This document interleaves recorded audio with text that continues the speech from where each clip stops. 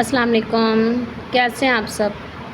आज हमने 10th class के मैथ के चैप्टर नंबर 2 का एक्सरसाइज 2.3 का क्वेश्चन नंबर 3 करना है। ठीक है, हमने क्वेश्चन नंबर 1 और 2 कंप्लीट कर लिया था। क्वेश्चन नंबर 3 का जो फर्स्ट पार्ट है पहले वो करते हैं। उसमें स्टेटमेंट है sum of the squares of the roots of the equation 4kx² plus 3kx minus 8 is 2। ठीक है, सबसे पहले हमें इसका सम ऑफ रूट और प्रोडक्ट ऑफ रूट निकालना है।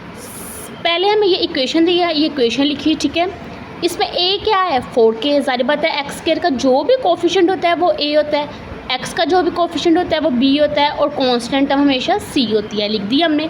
अब हमने इसका सम ऑफ रूट निकालना है। सम ऑफ रूट क्या होता है -b/a, मतलब x का कोफिशिएंट डिवाइडेड बाय x² का कोफिशिएंट और साइड पे माइनस का साइन। माइनस वैसे लगाया फॉर्मूले का। b की वैल्यू क्या है 3k और a की वैल्यू क्या है 4k। k से कैंसिल हो गया, पीछे क्या रह गया -3/4। अब प्रोडक्ट ऑफ रूट निकालते हैं। वो क्या होता है c/a, मतलब constant term divided by coefficient of x²। ठीक है, c क्या है -8, a क्या है 4k। लिख दिया। 4 1 ज़ा 4, 4 2 ज़ा 8, कैंसिल, पीछे क्या रह गया -2/k। ठीक है, अब हम इसके सॉल्व करते हैं स्टेटमेंट के मुताबिक। अब हम कैसे स्टेटमेंट बनाते हैं, स्टेटमेंट को कैसे बनाते हैं इस इक्वेशन में। ये देखें, सबसे पहले उन्होंने क्या है sum of the squares of the roots, मतलब ऑफ का मतलब होता है ना काकी के, रूट्स के स्क्वायर का सम। ये देखें दो रूट्स हो गए अल्फ़ा और बीटा, इनका स्क्वायर लिख लिया। रूट्स के स्क्वायर का सम मतलब इनका सम मतलब प्लस, दो रूट्स हो गए उसके ऊपर स्क्वायर भी हो गया और उसका सम इज़ 2। इक्वेशन वाले लिखा ना इज़ 2, मतलब इज़ इक्वल टू 2 आ गया ना। अब देखिए हम इस पर अभी सम ऑफ रूट की वैल्यू नहीं लगा सकते ना प्रोडक्ट ऑफ रूट की, क्योंकि इनके ऊपर स्क्वायर है। सबसे पहले अगर इनके ऊपर स्क्वायर है तो हम कोई फॉर्मूला बना लेते हैं ना। तो हम +2 अल्फ़ा बीटा और -2 अल्फ़ा बीटा ऐड कर लेते हैं।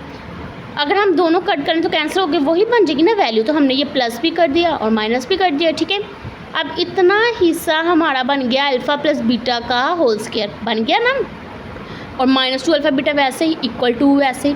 अब सम ऑफ रूट का हमारे पास क्या आंसर था -3/4, लिख दिया। स्क्वायर वैसे ही -2। प्रोडक्ट ऑफ रूट का क्या आंसर था -2/k, लिख लिया। इक्वल टू इसका स्क्वायर लें तो -k की वजह से कैंसिल हो जाएगा, पीछे क्या आ जाएगा 3 का स्क्वायर 9, 4 का स्क्वायर 16, माइनस माइनस प्लस 2 2 ज़ा 4 divide by k equal to 2। अब हम इसका एलसीएम ले लेते हैं। ठीक है, 16k आ गया। अब क्रॉस वैसे ही 16 से कैंसिल, पीछे k रह गया, k को ऊपर वाली वैल्यू से मल्टीप्लाई कर लेते हैं, 9k हो गया। k से कैंसिल, पीछे क्या रह गया 16, ऊपर वाली वैल्यू को 16 से मल्टीप्लाई कर देते हैं, 16 4 ज़ा 64। ठीक है, इक्वल टू वैसे। अब इस वैल्यू को हम इससे मल्टीप्लाई कर लेते हैं जाके। अब देख लें 16k मल्टीप्लाई बाय 2 क्या होता है 16 2 ज़ा 32 और k वैसे 7, ये होती है ना वैल्यू। ठीक है, तो ये देखें ये हमने वैसे इधर लिख दी। अब क्या, अब k वाली हमेशा छोटी वैल्यू चल के बड़ी वाली के पास जाती है, यही बात है ना। तो हम 9k को उस साइड पे ले जाते हैं, तो प्लस था में था, इधर जाके -9k हो गया। 32 - 9k कितना होता है 23k, यही होता है ना। और 760 और वैसे ही। अब k हम इधर रहने तो 23 उधर जाके डिवाइड हो जाएगा ऐसे, k equal to 64 divided by 23, और यही हमारा क्या है आंसर। और ये देखिए हमारा पार्ट 1 सॉल्व हो गया। अगर आपको कोई भी कन्फ्यूजन हो तो आप मुझसे कमेंट सेक्शन पूछ सकते हैं। ठीक है, अब हम इसका सेकंड पार्ट करते हैं। अब हम इसका 2 पार्ट करते हैं क्वेश्चन नंबर 3 का। क्वेश्चन नंबर 3 का जो 2 पार्ट है उसमें भी ये है कि हमने sum of the squares of the roots of the equation x² - 2kx plus 2k plus 1 equal to 0 is 6। Statement वही है, बस इक्वेशन चेंज दी और इज़ 6 लिखा उन्होंने। ठीक है, वैसे इक्वेशन लिखी, इसमें a क्या है 1। ठीक है, जहाँ कुछ नहीं होता वहाँ क्या होता है 1। b क्या है -2k और c क्या है 2k प्लस 1। ठीक है, अब सम ऑफ रूट हम सबसे पहले निकालेंगे और वो क्या होता है -b/a। b की वैल्यू क्या है -2k, माइनस फॉर्मूले का और a की वैल्यू 1, तो माइनस माइनस प्लस और 2k आ गया। ठीक है, अब प्रोडक्ट ऑफ रूट निकालते हैं तो क्या होता है c/a, मतलब constant term 2k plus 1 divided by a 1 हो गया, तो 2k प्लस 1 आ गया। ठीक है, अब हम स्टेटमेंट वैसे ही बनेगी इसकी alpha square plus beta square equal to 6, मतलब के रूट्स के स्क्वायर का सम। ठीक है, ये दो रूट्स लिख लिए, उसका स्क्वायर और उसका सम हो गया।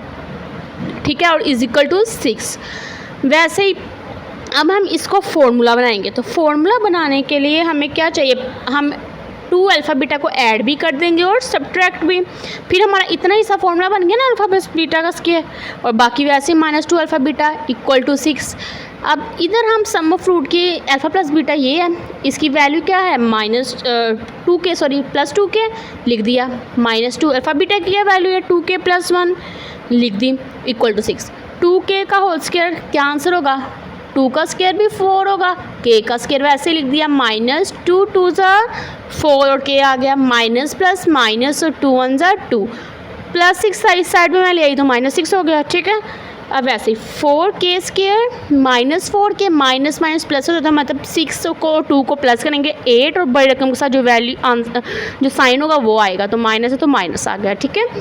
अब 4 कॉमन आ रहा था, मैंने निकाल दिया, पीछे क्या रह गया, k square -k -2 equal to 0, ठीक है। 4 को अगर उस साइड पे जाकर डिवाइड कर दो तो 0 के साथ कोई भी चीज़ मल्टीप्लाई या डिवाइड हो आंसर क्या आता है 0, ठीक है। पीछे क्या रह गया, k square -k -2 equal to 0। अब इतने इसे कि हम क्या करते हैं, फैक्टराइजेशन कर लेते हैं, ठीक है। अब देखें फैक्टराइजेशन कैसे करते हैं, 2 कांस्टेंट टर्म और जो x के कोएफिशिएंट इनको करना मल्टीप्लाई, और जो आंसर आए कि सब 2 -2 आंसर आ रहा है, ठीक है। अब और इधर क्या है -1, अब हमने ऐसे इसको डिवाइड करना है कि ये प्लस माइनस कुछ भी करो तो -1 आए और मल्टीप्लाई करो तो -2। अब माइनस से हमें पता चलता है कि हम 1 से ऊपर जाएंगे तो 2 चल जाएगा, -2 के प्लस के, तो अब देखो माइनस करेंगे तो माइनस की आएगा और मल्टीप्लाई करेंगे तो -2 हो गया ना। फैक्टराइजेशन आपको आनी चाहिए, अगर नहीं आती तो आप सबसे पहले मेरे 10 क्लास जो मैथ की चैप्टर नंबर 1 है उसको देखें, ठीक है, उसमें बताया हुआ है 1.1 में, ठीक है। अब है इसकी फैक्टराइजेशन कर ली, उसके बाद k कॉमन आ रहा था, k -2 बचा +1, फिर k -2 इक्वल टू 0। अब k -2 आ गया, एक बार k +1। अब इन दोनों को अलग-अलग 0 के इक्वल करते हैं, ठीक है।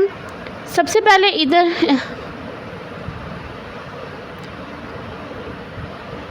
k -2 इक्वल टू 0 और 1 मिनट यहाँ से रेस कर देते हैं, ठीक है। अब k -2 को अलहदा 0 के इक्वल लिखेंगे और k +1 को अलहदा 0 के इक्वल, ठीक है।